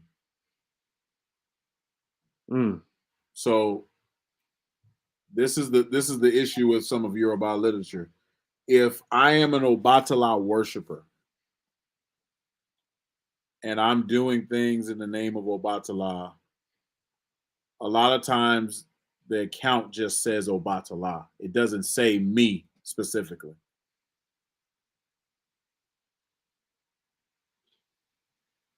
So a lot of literature people will be thinking it is the actual Orisha doing a lot of this. It'll be the worshipers of that Orisha.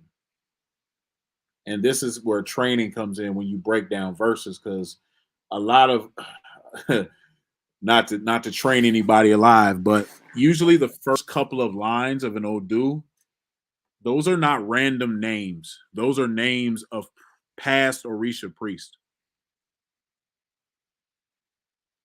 So that's how they get the glory. But you have to be trained to know how to actually read a verse.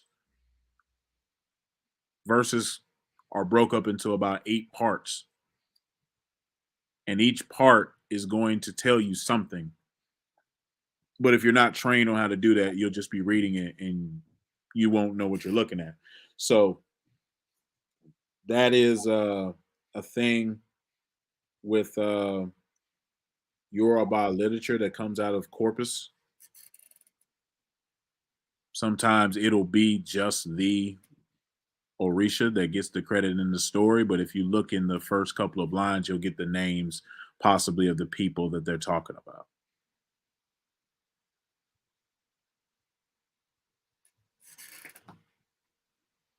Gotcha. Okay, so I'm gonna hit you with a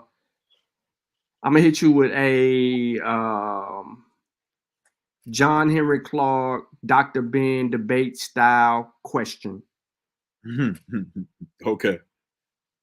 I'm saying this to say because, among them, they had this debate about ancient Kemet and dynastic periods, which one was the best or the most prosperous for each one of them. And they argued different periods. So for Black Panther, and I'm probably gonna have to do this when I got Ogundiran around too. But for Panther, what is that period? That classical period, or where for you this this period is more essential than this period, or this particular rule or run of kinship was better than a different period? What is that period for you? It doesn't exist. Oh, and the reason why I say that is because we tend to look at Yoruba land as just Ile Ife. Like, it would have to be specific towards a kingdom. Like, Ile Ife has no power over Oyo. Oyo has no power over Ilesha.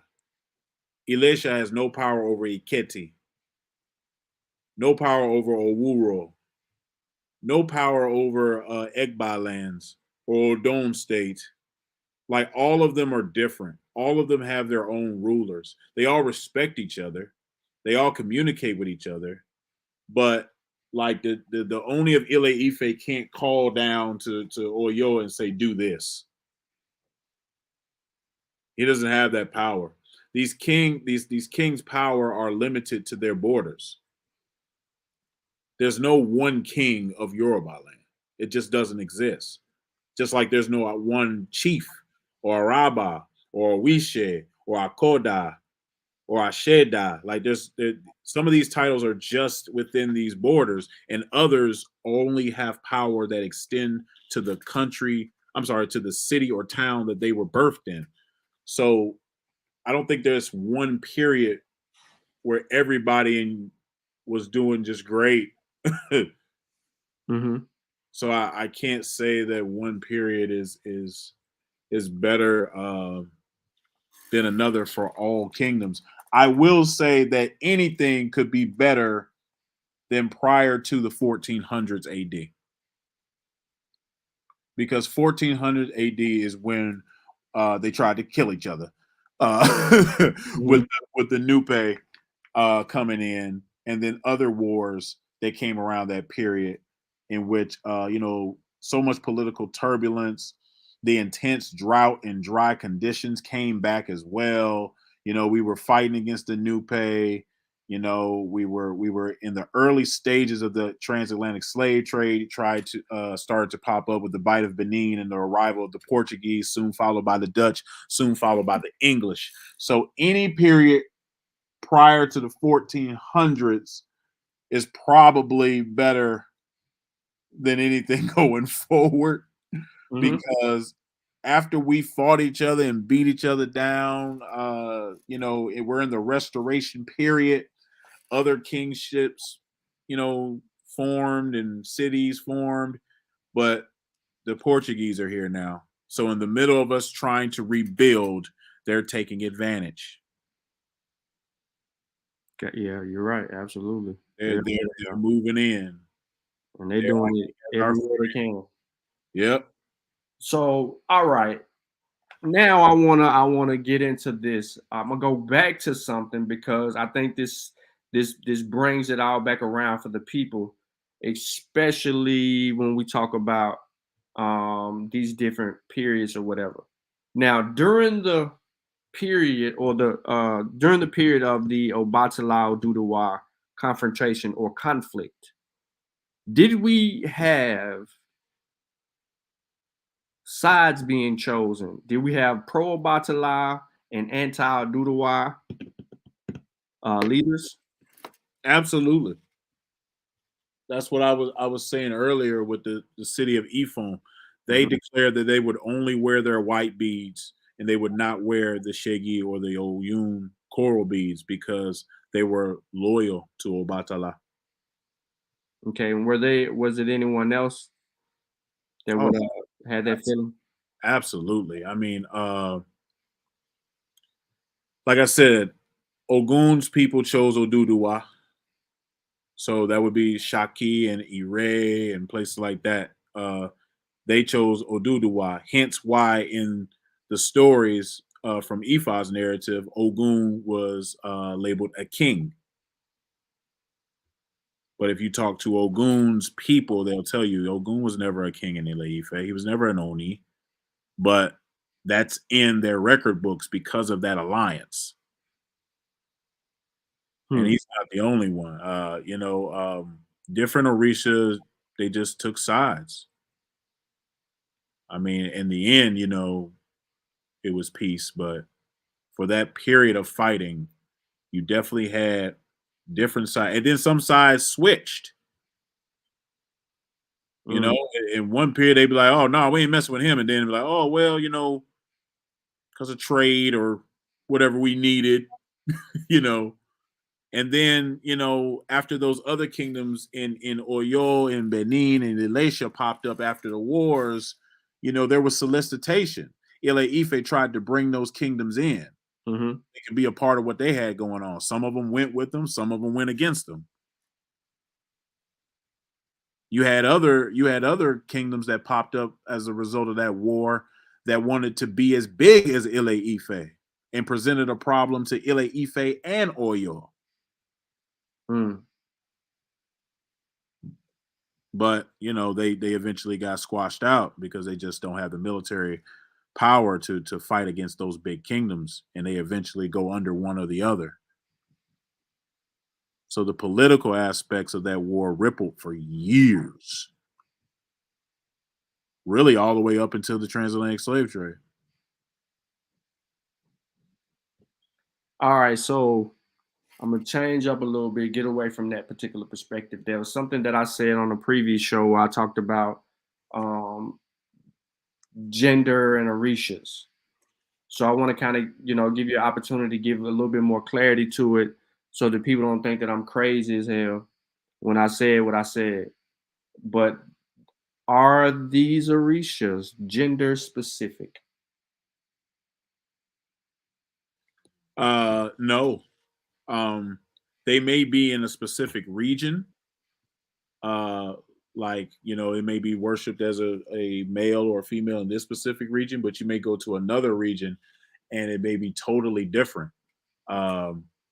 And understand what I'm telling you is because of study of many different regions of Orisha cultures and how they change. I actually want to let me plug my brother's book while I'm here. My brother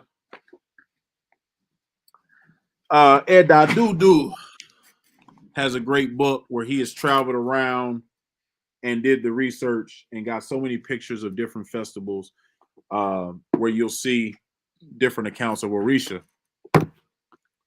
You can hit him up on Instagram.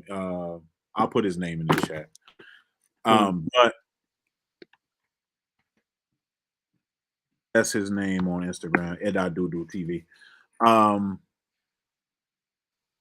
You will see, like, Eshu is generally regarded as a male, but you will see in different regions he be depicted as a female.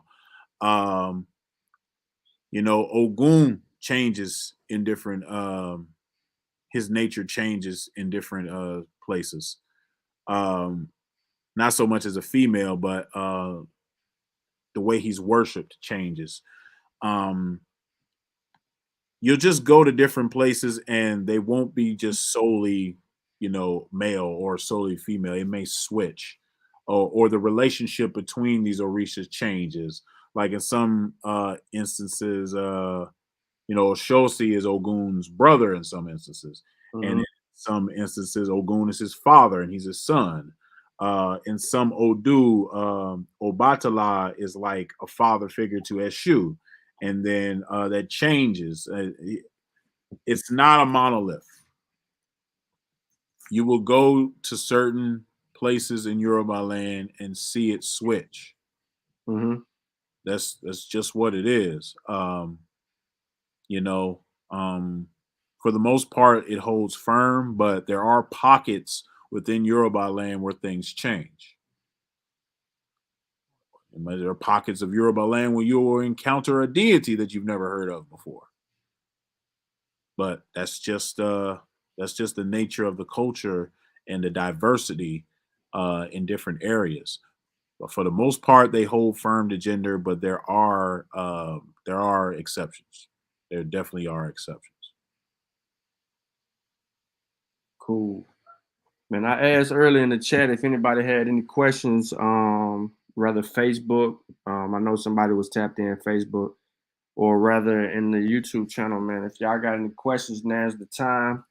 I don't want to drag us out too long. It's a great bill. We could keep it going all day, but I want to keep it digestible for everybody, and I also want to give people a chance to, order your books, get the books, come back to this particular bill, or if you need to rewatch or whatever, you'll have that opportunity to be able to do so. So nobody got anything, But we can thank Sutek, who was quiet half the time, for this conversation, because it was he who got us to this point, to where we are. And it just so happened that as we're reading and studying and things of that nature, we're substantiating a lot that shit, man, Panther had already built on and spoke to. and kind of gives us a different perspective of how we should be looking at a lot of this history and understanding the conflicts and the and everything because and one of the sources that we use, the conflict of Obatala and Oduduwa, is mentioned throughout chapter 2 of that particular text, which is a key period for um, establishing what's going on among the Yoruba. And I do believe that um, that has credence on how we should actually look at the mythos. And then, Ben clarifies all of that for us. So it gives us a different perspective because we can get into the mythos and we can read that and we'll see why we see what we see now versus what we thought was what it was prior to. I know this was mentioned before, but I want to get back to this before I want to end the show. But who used smallpox against a different deity?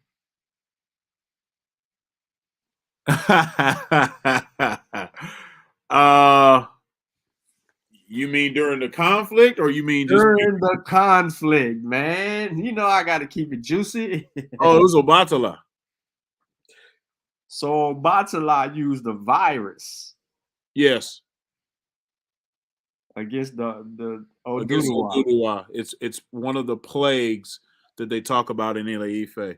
And he from what they said, his wife, Yamowo, when they were kicking Obatala and her out of the kingdom, Yamowo had some type of spiritual garden or something to where when they were kicking her out of the kingdom, she grabbed what she needed to grab and took it with her.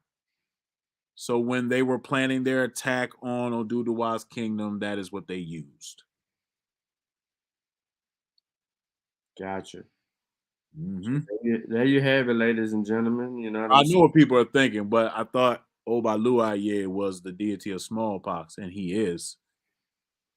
That just tells you how old Obatala is. He's older than Obaluaye. So before Obaluaye was around, that was Obatala. Hey, he had the juice for that. Mm. So there y'all have it, folks. A little bit more into how gruesome this beef got between the two out here, man. They had to use what kind of warfare they call that? Chemical warfare. Yeah, they was biochemical warfare. They was everything that they could. Nothing was off limits. Heads was cut off. Everything was in play. You talk about at that time the throne of thrones, the power of power. So it was nothing off limits. It was no different from a presidential debate where they be throwing shots at each other. It was no different. Everything was on the table. Mm-hmm. So So yeah, he said germ warfare, absolutely. So ladies and gentlemen, it goes back to a point I think earlier on. Kofi was referring to something that you had actually mentioned, how Africans use mythology to explain away some of the historical narratives that position themselves throughout the history of how they perceive things to be. Yep. And rest assured, this is a real war that they're describing in their mythology. Absolutely. This absolutely happened between parties. This absolutely happened in Yoruba culture. This is not something that they're just talking about and it took place in the stars or in the ancestral realm or that. No, this is a real beef. People died, people got beat up, people got sick. Things happen. Political landscapes shifted. all because this guy Oduduwa came and mounted power and took it from there. I don't think there's I haven't heard an actual name for this war, Teti Osmaat Rastanefru. They just describe it in different Odu and they describe it in books, but they don't have a typical name for this war. It's not like the War of Ara where they have a name for it. If there is a name for it, I haven't heard of it. But I wouldn't be surprised if there was a name for it, but I just haven't heard of it. But yeah, there were many wars in Yoruba culture. We've just talked about two of them. We didn't talk about when all of the kingdoms just seemed to fight each other at one period. And, that was on the heels of the Ara War. So then, again, the Portuguese are here while we're fighting each other. Yep. So one of those questions that I get always is, Panther, if these deities are so powerful and this culture is so great, then how could the Europeans come and do what they did? Well, I just told you, we was fighting each other. That's really, in the case of the Yoruba, that's really what it is. They snuck in while we were fighting each other, while we were rebuilding, and set up shop. And then we were in a position.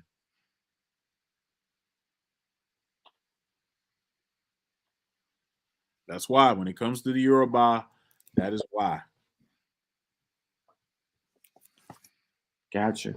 I believe you did answer Teti's question just a second ago. Yeah, I did. Yeah. All right. So look, man, with that being said, man, we appreciate everybody tapping in. Please like the show, share the show. Make sure that you go subscribe to, if you're not subscribed, subscribe to this channel. Go subscribe to the Mossy. If you missed the bill, go over there and watch anything Orisha related or Yoruba related. We have a ton of presentations and bills on the Mossy as well as over here as well. We did get a Kofi Pie size sighting today. Actually, second time. But on YouTube today, which has been rare. So I know he's still listening in, eating his cookies and not saying much. Just make sure that you tap into that. We're going to continue studying, being researchers, since we're not researchers, according to some people, because we're not making groundbreaking anything. But there is some groundbreaking things that we have done that people didn't know. Is just because we go further than they do. Copa City in here with them cookies. Yeah. There you go.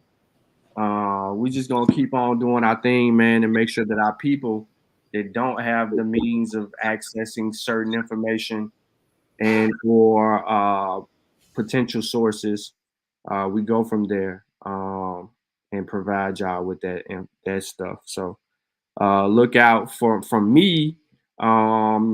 Once a few more pages of my article is reviewed and edited down to where it needs to be, then you'll see that, and I'll tell y'all where you can access that, and it'll be submitted to a few places to go through whoever's peer review process, because I'm gonna shoot that thing around, and we'll probably have it on Panthers Journal on his site. I know we'll have it on Same Tree Different Branch and Academic EDU. It'll be there. It'll be available for that. And of course, it'll be sent to where who I'm responding to actually did this. Although we know for a fact now that the journal has been non-responsive for 2 years and haven't reviewed anything. So, what? Yeah, non-responsive for 2 years and hasn't reviewed anything. And I've emailed both contributors who they say to email. And it's been enough time for them to respond. They say give them 60 days. So, yeah. And I know that process couldn't have been slow because the person didn't know that something would have been submitted to them already within the time frame. So he couldn't have closed that door. But yeah, man, we're gonna continue to stay put. I do have a brother that wants to have a conversation with Sutek and Panther and whoever else about this information that we actually did come before Columbus.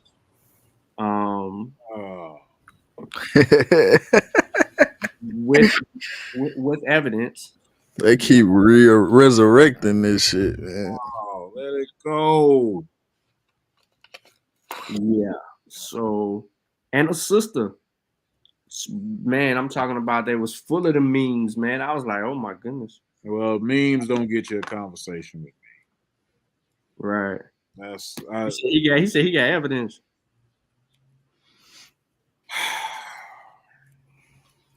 So submit your evidence first. Yeah, we got to see that. We'll see that, and I'll see if it's worth the conversation. And I'm not. Listen, I wanted it to be true. Mm-hmm. I wanted it to be true. I looked for it to be true. I honestly did. I researched with the hope that it was going to be true. I was wrong.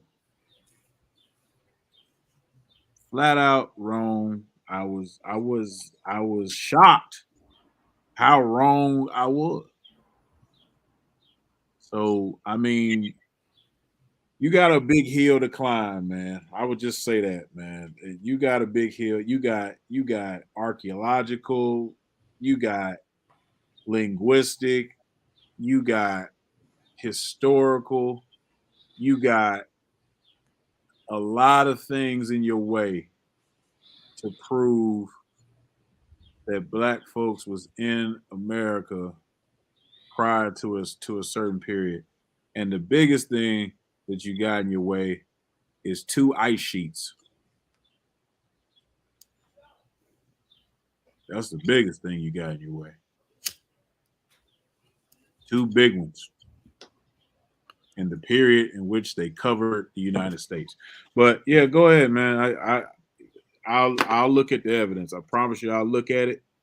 If it's something that's credible, You got them Egyptian artifacts in the Grand Canyon, huh? Jesus Christ, bro. Listen, bro. If he come with that, bro, the boot is boot. I'm not doing it. I'm not doing it. Some of y'all think that y'all made some breakthroughs or whatever, and you're just really just behind by about 5 to 7 years. They hiding the truth. They're not. There's nothing to hide.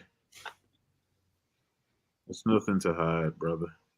We've done this. But I'll look at the evidence, and then we'll go from there.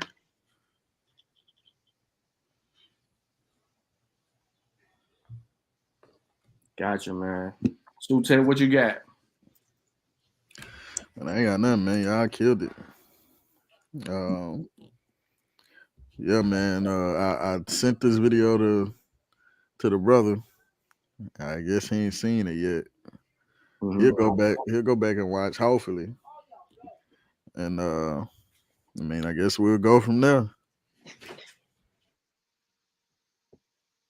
Well, we still have a substantial amount of evidence to support everything that was actually being said here, and there's more specifics that could be in detail. However, with the sources, if he actually purchased the sources that has been shown to him or that are in the description of this particular video, especially when you get to what we got in here, then add William Bascom, and then the 2100 Orishas or whatever. Yeah, it's a city of 201 gods. But one thing I heard him say is that, what do the Yoruba people say about Oduduwa themselves, and not what the Europeans said about them. So you should read this book first. Because Akinwumi Ogundiran is a native Nigerian, and he is the head of the Afrocentric Studies program at UNC Charlotte. So you should read his book first. That's what you should read. All 400 and some odd pages. And I know, y'all, it's too long. No, you want to have this conversation? This is the type of books you're going to have to read. It's the type of books you're going to have to read. I would reference you City of 201 Gods, but that ain't going to do you a lot better. It's 300 pages. So that's what you're going to have to read. That's what we did. Sorry, man. Oh, hold on. Hold that thought. If you really, really, really that right there, really want to get into the Yoruba culture, this Anthropology, History, Cultural Studies, Africa by African World Press, Inc. I know how I like them cultural anthropology books. 600 pages. Look, man, this is my life. So it is what it is, man. When you want to get it in, we can get it in. We can get it in. It is what it is.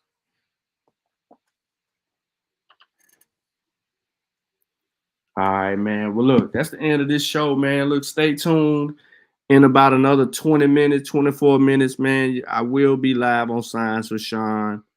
Episode 6 of the shit show. We will preview Chavis's recent unknown or heard about conversation with some fellows on another platform. So we just want to review that to see what the shenanigans was all about, and document that for ourselves so we can understand properly how that exchange went.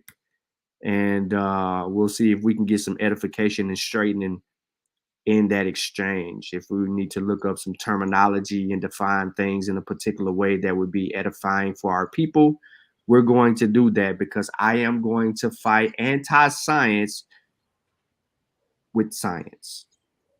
You can't project to be scientific or a science enthusiast and get away with being anti-science. It's not happening. So my head about to hurt. Very much. Shit. So, man, Chavis, what the hell you doing over there? Hey, it is what it is, man. You know what I'm saying? Sometimes you got to go over there and beat yourself up, You see why, hey, it is. But nah, man, I appreciate this bill, man. I hope everybody could actually learn from it. Like I said, a lot of the books that I read, especially about Yoruba culture and either if it's the mythos or whatever, Black Panther recommends those books to us. Because he doesn't recommend them and then say, well, shit, you ain't gonna read it. He recommends the books because he knows what we're going to do. We're going to read them. We're going to have conversations about these things that we're reading and researching, and we're going to bring it out to the people to start conversations like these, but also document these things that we're learning so that we can have a library of information that we can refer back to, especially when we're trying to pass down information and clean up misinformation or misrepresentation of our direct ancestry and culture, and more specifically Yoruba culture, which shines a little bit brighter than everything else over here, especially in the New World. And hopefully more people will go in that direction and take into some of the things that we talked about And if you need pointers or any additional direction, specifically with some of the other sides of it, the spiritual sides of it, and information in that regard, I highly recommend you holler at Panther before you do anything. You got these people hitting you up in your inbox about things, talking about readings and all of that. Holler at Panther. You know what I'm saying? If they talking about going over to the continent, this, that, holler at Panther. Whatever you thinking, you need to just go ahead and holler at Panther before you do it, so that you can not get led astray. Don't come to me afterwards with that it took your money, because that's what y'all like to do to me. Ooh, right. I got this new Babalawo, blah, blah, blah, blah, blah, blah. Then the next week, oh, he took my money. Nope. I told you to come holler at me, and I get you to somebody credible. But y'all like to go around me, knowing that you don't know nothing about this tradition. I don't know if you just don't trust me or whatever, but you come back to me, and I end up feeling like Thanos at the end of Avengers Endgame. Your own failure. So you came back to me. Yeah, man. But yeah, so check that out. Look for it in 20 minutes, man. Science with Sean. Shit Show episode 6. And on that note, man, we gonna leave the way we came in this Joker on fire. I think oftentimes when people hear me and see me, they think that I'm a fool. They think that somehow or another I've lost my mind, that I'm not down with the in crowd. They've said that nobody would love me and that I'm an outcast. But let me say this here now. We can be clear about anything. Please let me be clear about this. And I pray that it's received and understood. I don't want to be one of you. I don't want to be one of you weak men, weak people. For my brother, I'd rather die. Death is welcome, rather than to call myself you spineless black men. Side high, I ain't your traditional. Rapper smoking medicinal, stayed in detention. Life is all about principles, cynical ass niggas. Sorry that I offended you. I bring something different while niggas sounding identical. I'd rather drown in a swimming pool than to let you imbeciles stop me from topping my pinnacle. Try me blocked by the genitals. Trust me, it's not intentional.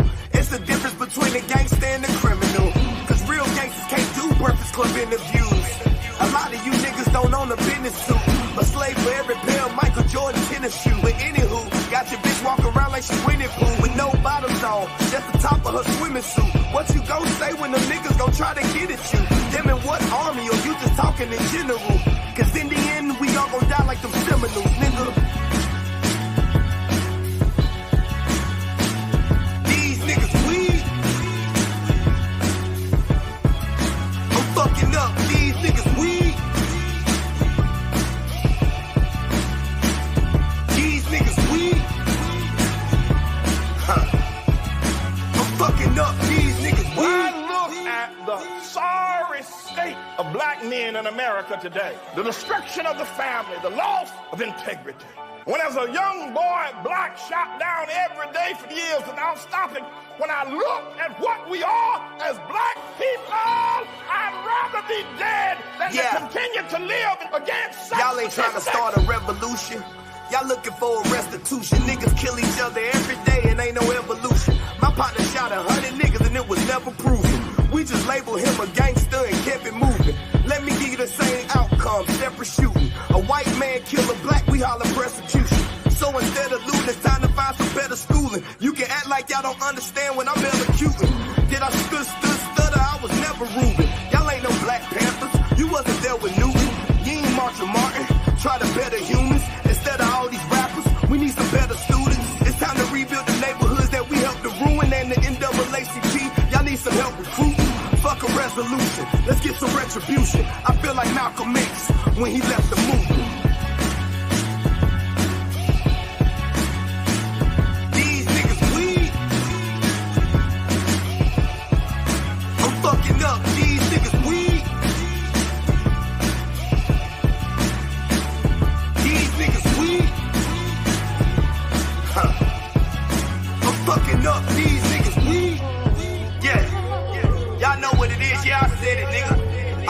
laying up with these bitches with no condoms and shit. Having mistake babies and shit, leaving these women to motherfucking raise your kids by their motherfucking self. Yeah, my nigga, I said it. You don't like what's going on in the motherfucking America, leave this motherfucker. When they said we were free, my nigga, that means we were free to go back where the fuck we came from, my nigga. Yeah, it's a whole motherfucking continent that belong to us, nigga. It's called Africa, motherfucker. What the fuck is y'all talking about? Y'all ain't trying to start no revolution. Y'all motherfuckers spent 10 bands on the motherfucking section in the motherfucking club. 10 bands to build a whole motherfucking neighborhood in Nigeria, nigga. Get the fuck out of here.